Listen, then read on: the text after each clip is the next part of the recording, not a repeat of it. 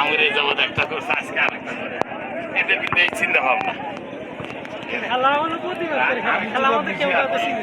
আমি টুকটাক খেলা ছোটবেলা থেকে আগে আমি হাই স্কুল জীবন থেকেই খেলার সাথে জড়িত ছিলাম। খেলা নিয়ে অনুবাদে খেলা এটা এমন না যে হরিচন্ডী মাঠে গাইন আর এক মাঠে আর গাইন, খেলা কিন্তু এরকম নিয়ম না। কিন্তু এরা যখন আসছে আমাদের বাড়ি, আমরা কিন্তু দুই বাড়ি মনে করি না, কিন্তু এদের ভাষায় মনে করতে এরা আমাদের বাড়ি নেই। এ যাবৎ এরা খেলা আসছে, যারা খেলছে আমরা কিন্তু আসলে জানি না। আমি হঠাৎ করে এসেছি যে বৈশা গতকাল আমার সভাপতি করছে আর গাড়ি যায় এই জমিটা শুনবো না, এই জমিটা আমার বস্তির খেলা উদ্বোধন করছে আমি যাই না, আমি জানি গতকাল শুনছি যে আমার সভাপতি রাখছে সময়ও শট।